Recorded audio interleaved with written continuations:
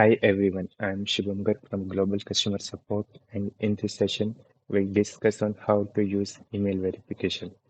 So our agenda is like what is the email verification configurations, what is the input and result output box, what is the status code and the region code. Then I'll show you the demo, and in the last, you will see what is the analytics in progress. So in the verify email configuration, we'll be covering what all the input that we need to use for the verify email operations in which first is the email address that you want to verify. Then we need to define time of seconds, like amount of time in seconds, like the service searches for the email addresses. So by default, the value is 29 seconds, but we can enter a value in between 1 to 300. Then source ID, which is an optional source identifier that we can provide. The number of MAC suggestions that we would like to get as a return is part of the response. And in the end, we'll be defining what type of a risk profile we would like to use. The name of the risk tolerance profile that we use for the send recommendations. Is we like by default out of the box, we have the three: low risk, medium risk, and high risk. The default profile is the medium risk. Okay, in the service result output, we will see that what all the fields will be written by the email verify response. So I have just categorized in a group. So first is like email. In this group, we'll see the what is the complete email, the local part of the email, domain part of the email, and if there is any alias master addresses.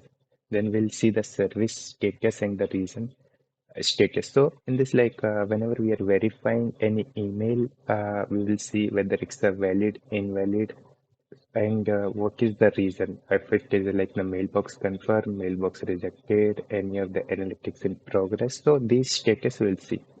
Then we'll be having the hygiene results. So whether the my domain is safe, US, safe international, if it is a potentially dangerous or a kind of spam grab. Then we have the net protected and net protected by. In this field, you will see whether our domain is protected by any of the third party. And if it is, then it will give the name of the third party in the net protected by. Then we'll see the send recommendation. So in the send recommendation, it's like what is the risk profile we are using? Is there any recommendation? A recommendation retry whether to retry or send? And recommendation retry delay in second. If we just want to retry, then how much time we should wait and retry. Then we'll be having the destination country where we have the code ISO 2, ISO 3, and name. So with the above field, email verify response also contains if the result is coming from cache, is there any potentially worker? If it is yes or no, like if my email contains any of the vulgar words, if the what is the email segment, and is there any possible corrections for that? So here are the status code and the region codes values for the email verify method based on the email verification results. So if my email is valid, then it will return 200 the mailbox confirm. If my only domain confirm, then it will return 210. 220 will be returned for analytics in progress. Similarly, we'll be having for potentially dangerous and if the or and the dangerous domain. So if we are seeing the 300 email not valid, 310 not verified, and the dangerous domain. So if there is any internal error in the processing, then it will return 500.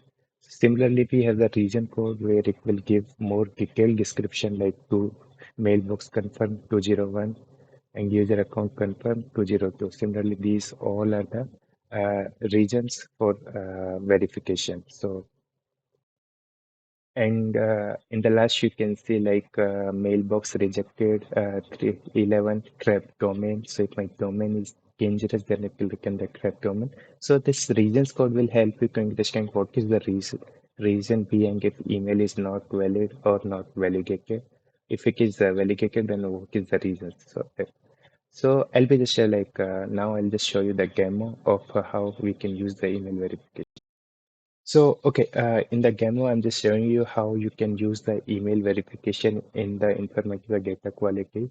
So I just have created a one sample mapping and to use the operation. So first I've created a visual object email verifier. So this is a visual object that I have created. So here this is like I'm just using the email addresses to verify. So I'll just show a data preview here.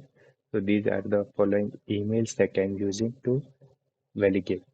So in this verify email, I'm just I'll show you that I'm using this verify visual data object. That is the verify email operation that I'm using. Then I'll just go to ports that I have defined all the ports that we just need to use the verify email. So I'll show you in the request input, you can see I'm using the email. What is the timeout value that I'm defining? Any of the operational source ID, my license key, and there is a key that I'm using as part of this web service consumer. So I'll just quickly go to the GitHub preview. I'll select and I'll run the GitHub preview.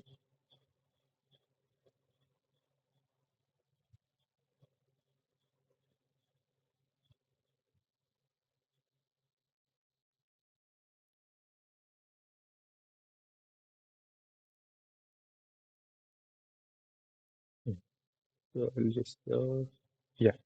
So here I just told you like whenever we are just verifying in the response, we'll see the status number in the status description. So you can say like if email is valid, it is returning 200, if not valid 300, and if it is only government confirmed, then 210. So following are the results that I have just validated. So here is the complete email. This is the local part of the email. Then we'll be having the domain part of the email. After that, it says that whether the work is hygienic, if it is a safe US or any other dangerous, potentially dangerous, then you can see net protected. I just use the information domain. So if it is, yeah, it is true. And this is the net protected by. So all this kind of information will be written by the email verification.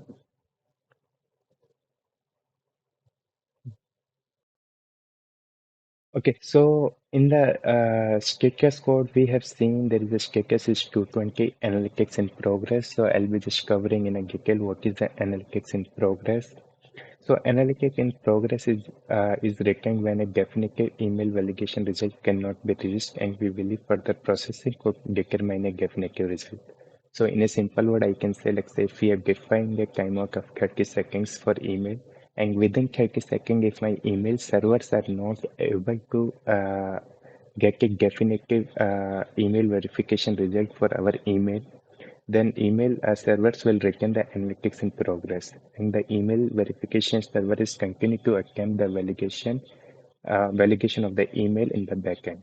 So by calling the same email after a some time delay, a definitive result may be available. So there are two common reasons for receiving the analytic in progress. One is the timeout value that we have defined is too short for the specific domain. So sometimes, like say, we are defining a 2 second or 5 second of timeout. So that will be a short of timeout value that we are defining, and actual domain requires more time to validate. And second is the target email domain is a gray list server. Gray listing is an attempt to discourage spam. So the email server will refuse to connect from the other like other email servers the first time they try to connect, and after some time if the same email server retries to connect, it will be allowed. So generally if any of the server is the gray list, they takes up to a 2 minute to validate. So for the references, you can just refer the email verification guide. And we would like to hear you from if you have any other feedback, you can just reach out to on supportvideos@informatica.com or on like Twitter. Thank you.